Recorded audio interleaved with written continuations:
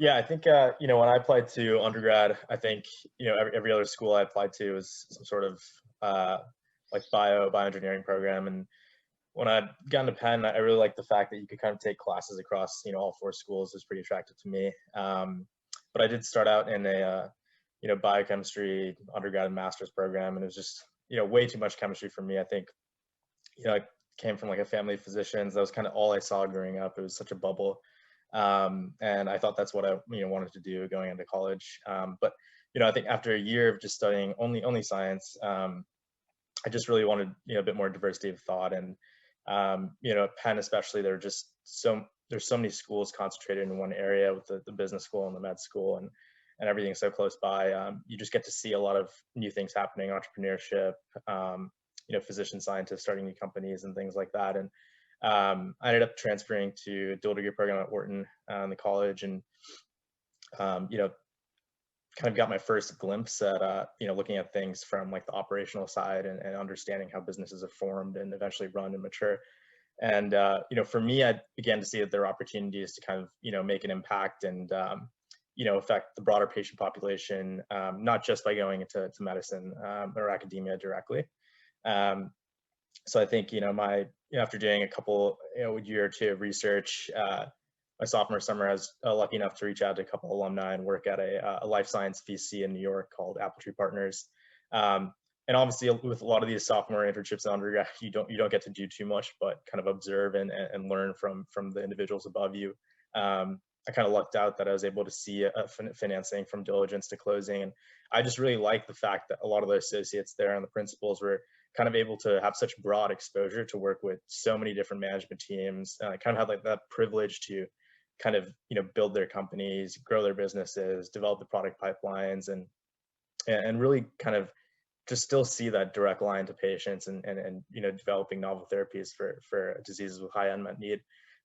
So I made the decision to kind of, instead of focusing on like med school and trying to keep my industry options available, I kind of knew that life sciences investing full time was something I wanted to do in undergrad.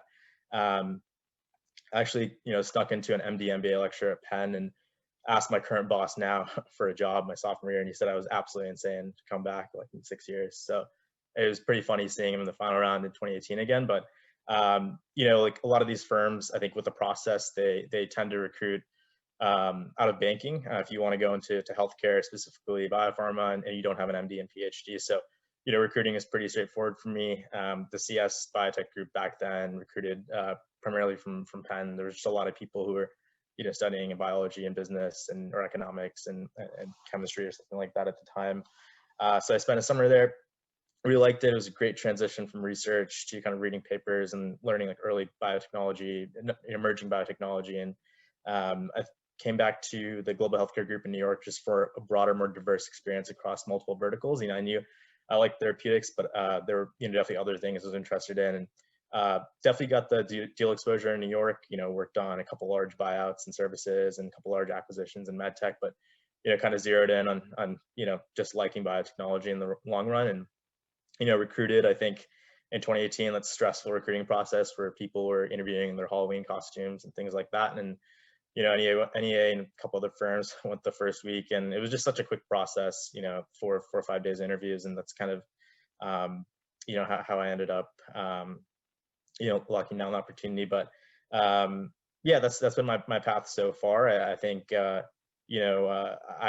personally was really gravitated towards venture because for me, I'm definitely industry first and not finance first. And I don't think either way is better or anything like that. I just gravitated a lot more towards the industry rather than I think the financial engineering portion, which is still very interesting.